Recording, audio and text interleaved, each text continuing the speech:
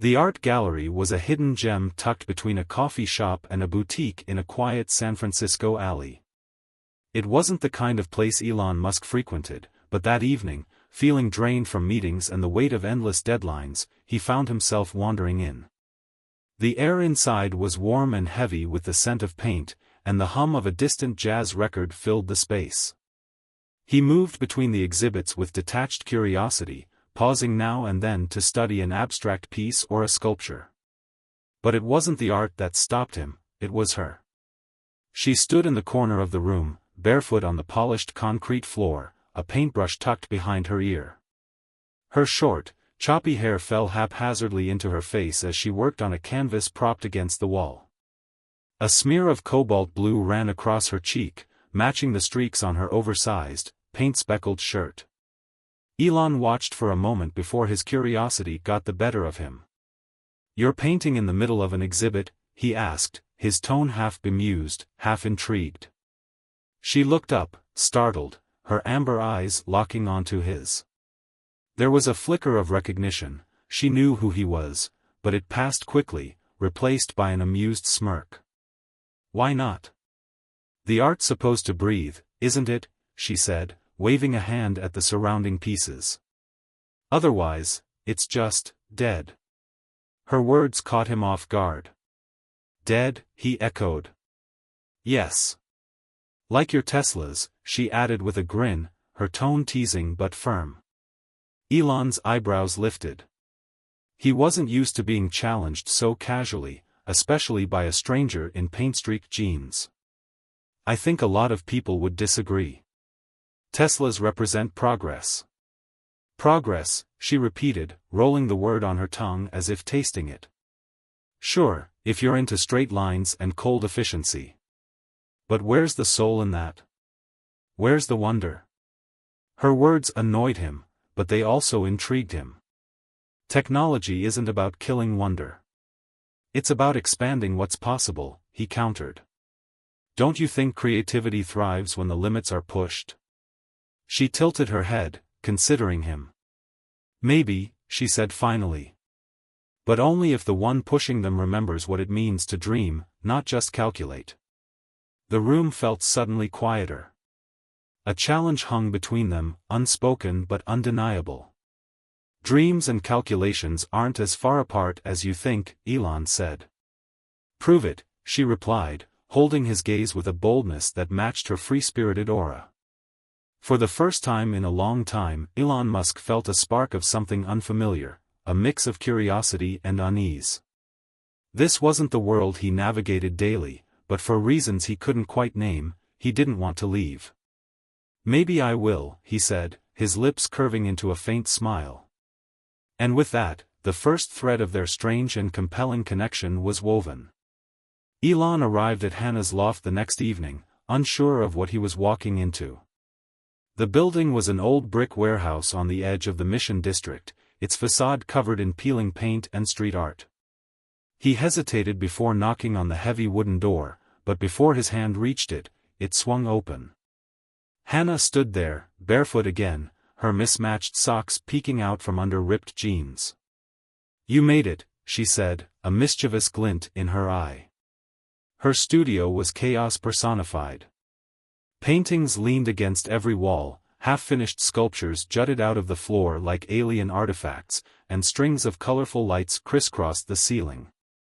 The air was thick with the scent of turpentine and incense.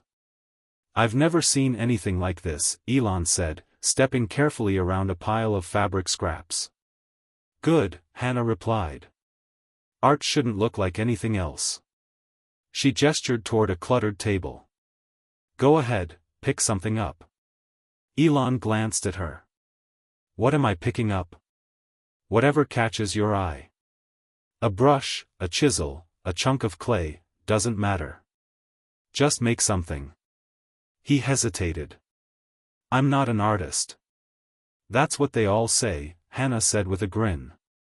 Then they remember they used to draw dragons and robots in the margins of their notebooks. Reluctantly, Elon grabbed a pencil and a blank sheet of paper. He sat at a rickety stool, the unfamiliarity of the moment making him acutely aware of every sound in the room. His hand hovered over the page, unsure of where to start. "Don't think," Hana said, perching on the arm of a worn-out couch. "Just do." He sketched a few jagged lines, then paused, erasing and redrawing. Slowly, a surreal design began to take shape, an otherworldly cityscape with impossible angles and floating structures. When he finally stopped, Hana was standing over him, her arms crossed. She stared at the drawing, her expression unreadable. "Well?" Elon asked, half defensive, half hopeful. "It's strange," she said finally. "And beautiful." For a moment, a warmth spread through him that had nothing to do with achievements or accolades. "You've got potential," she added. "Maybe you just need to let go a little." Elon looked at her, feeling something shift inside him, a door cracking open, just slightly. It was Hana's idea to visit Tesla's headquarters. "I want to see the spaceship you're building," she'd said, her voice dripping with playful skepticism. Elon arranged for a private tour after hours. The cavernous factory floor gleamed under harsh fluorescent lights, rows of robotic arms moving with mechanical precision. Hana walked slowly, her hands clasped behind her back, her gaze darting between the machines and the people operating them. "It's impressive," she said, her tone careful. "But?" Elon asked, sensing the hesitation. She stopped in front of a sleek Model Y chassis, running her fingers lightly along the edge of the frame. "It's missing something." "What?"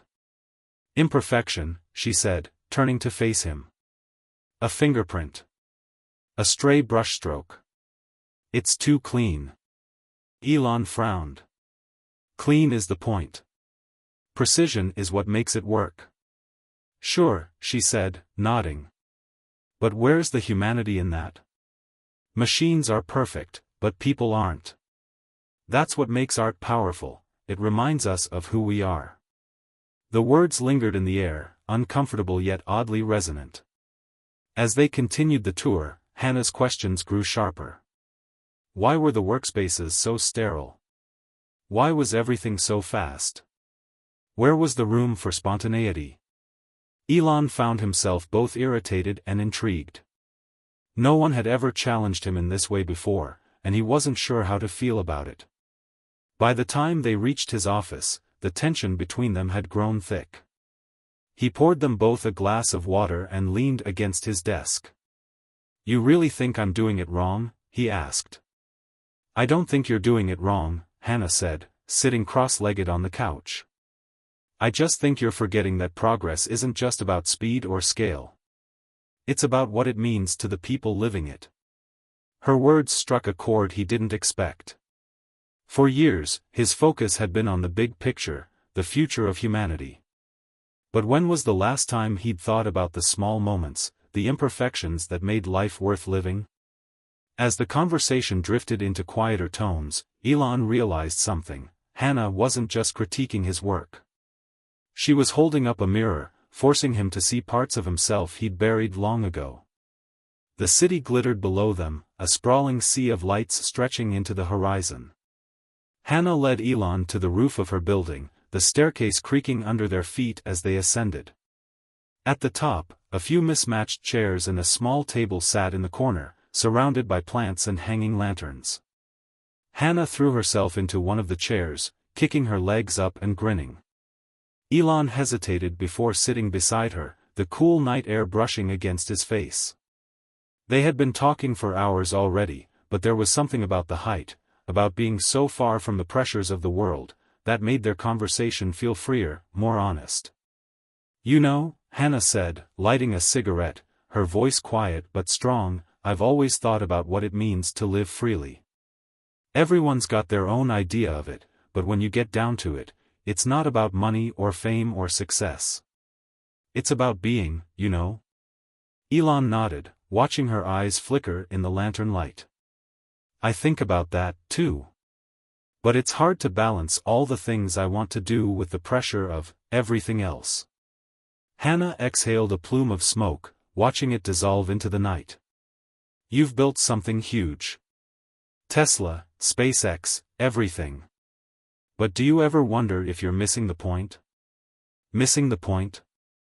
Elon echoed, turning to face her. She leaned forward, her elbows resting on her knees. Yeah. You've made so many amazing things. But is it enough to change the world if you're not really living in it? You're so focused on getting to the future that you're forgetting to be here, now. There was a brief silence. Elon looked out at the city, the stars above, and felt something shift inside him. Maybe you're right, he admitted, his voice softer than usual. I've spent so much time chasing what's next that I've forgotten what's right in front of me. Hana smiled, her face illuminated by the soft glow of the lanterns. You'll figure it out. I'm not saying you have to give up everything, just that maybe you could let go of the need for everything to be perfect. Life's messy. And that's what makes it beautiful. For a moment, Elon was speechless. There was something in her words that resonated deeply, a truth he had been running from for years. Hana took another drag of her cigarette, her gaze distant but thoughtful. You've got to stop thinking of everything in terms of output, Elon. Maybe the secret is to let yourself feel in it instead of constantly looking to control it. I don't know how, he admitted, his voice quiet but vulnerable. Then maybe I can teach you, she said with a wink. But first, you've got to let go of your need to fix everything. The wind stirred, carrying the sound of distant traffic. Elon sat there, lost in the quiet of the moment, trying to reconcile the tension between his relentless drive and the part of him that longed for a simpler, freer existence. The days following their rooftop conversation felt like a whirlwind. Elon found himself thinking about Hana's words constantly, replaying them in his mind as he worked. There was something in her free-spiritedness that both intrigued and unsettled him.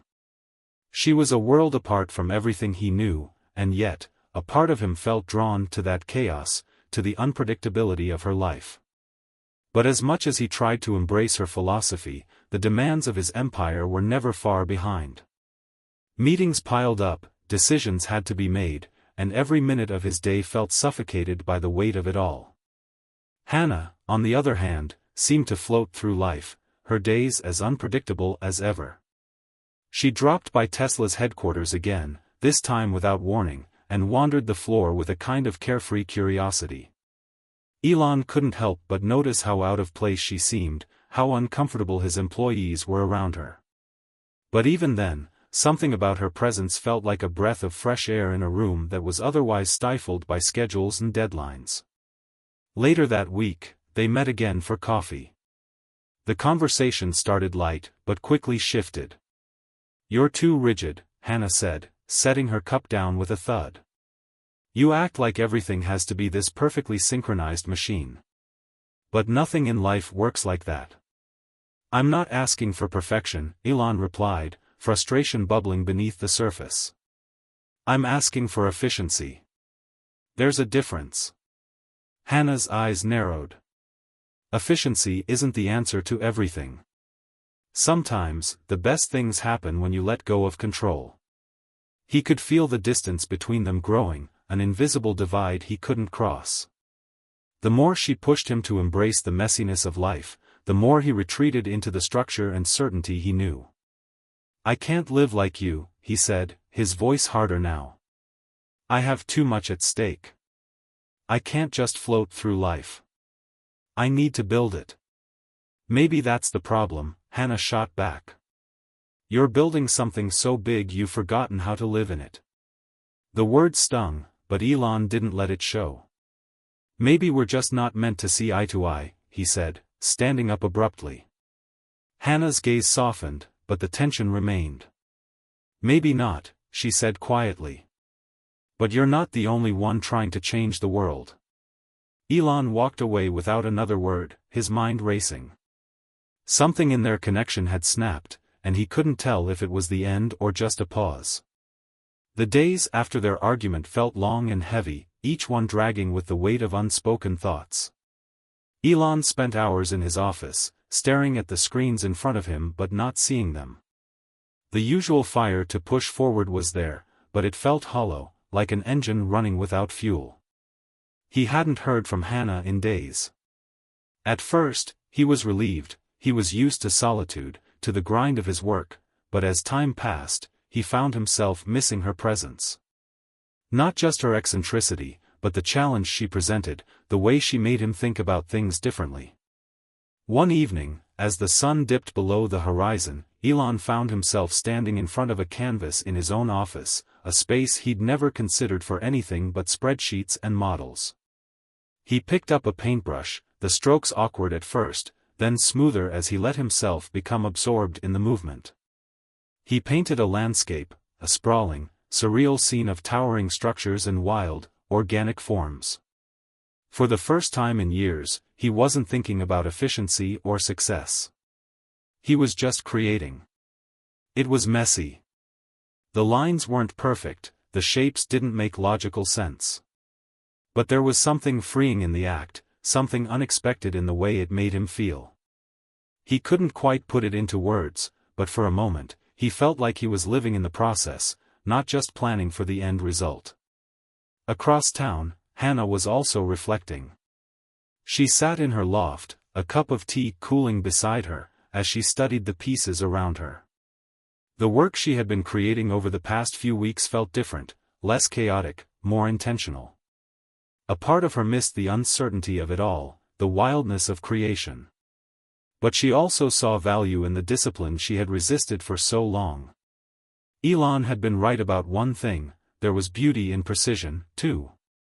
But she had always believed that art was about the feeling, about the pulse behind the strokes. Maybe, just maybe, she could learn to channel both, the chaos and the control. As their respective worlds began to shift, both of them realized something had changed. The fight had cracked open something in each of them, something that had been buried beneath their own rigidity and resistance to vulnerability. It was a week later when they met again, this time in the same gallery where they first encountered each other. The space was quieter now, almost intimate in its stillness. Elon stood in front of a display, his hands tucked in his pockets, eyes focused on a painting he had never noticed before. It was abstract, swirls of color, jagged lines, impossible shapes, but there was something familiar about it. Something that reminded him of his own sketches. "You're painting?" Hana's voice broke through the silence. She stood behind him, her expression unreadable. He turned to face her, surprised by the calmness in her tone. "No, it's not mine," he said. "But it could be." She stepped closer, her eyes tracing the shapes. "Funny, I was thinking the same thing about you." Elon raised an eyebrow. "Me?" "Yeah," Hana said, her voice warm but firm. "You've been trying so hard to build something. But maybe you're not meant to just build things. Maybe you're meant to create things, like this painting. Things that don't have to make sense all the time. Things that can feel." He let her words sit for a moment, feeling the weight of them in a way he hadn't before. "I think I'm starting to understand," he said quietly. "Good," she said, smiling slightly. "Because I've been doing some thinking too." She reached into her bag and pulled out a small sculpture, a twisted, organic form with jagged edges, but also smooth curves that seemed to pulse with life. "This is for you." "It's a little chaotic. But it's beautiful, don't you think?" Elon looked at the sculpture in awe. It was unlike anything he'd ever seen, yet it felt deeply connected to the work he was now doing, both strange and familiar at once. "It's incredible," he said, his voice low with admiration. "Thank you." Hana tilted her head, her smile softening. "You're welcome. And maybe, just maybe, it's time we stop trying to fix each other and start making something new together." Elon smiled back, the walls between them beginning to fall. "What did you have in mind?" Hana's grin widened. "You'll see. But first, let's take a walk through the city." "No plans. No agenda. Just us." They walked out of the gallery, side by side, as the city buzzed around them. There was no tension now, no lingering resentment, just the quiet understanding that their connection had evolved into something new, something that didn't need to be perfect to be meaningful. Weeks passed, and something shifted between Elon and Hana. Their meetings grew less frequent, but every encounter left them more grounded in their individual journeys. The collaboration they'd spoken of had yet to materialize, but both of them seemed to find peace in the idea that it wasn't the destination that mattered, but the process itself. One afternoon, they sat in a small cafe near Hana's loft, a sketchbook between them. Elon had started drawing again, freely, without thought of deadlines or outcomes, and Hana was experimenting with new sculptures that blended her chaotic style with Elon's newfound attention to detail. The idea of art and technology converging no longer felt like a foreign concept. It felt like a possibility. "We've got something here," Elon said, his voice light, but there was an unmistakable fire behind it.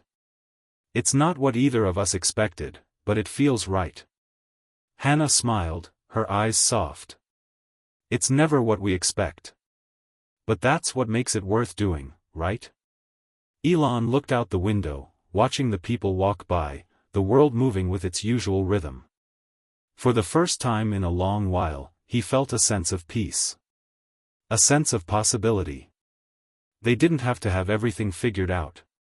They didn't have to create a revolution in a day. But for the first time, they both felt like they were exactly where they needed to be.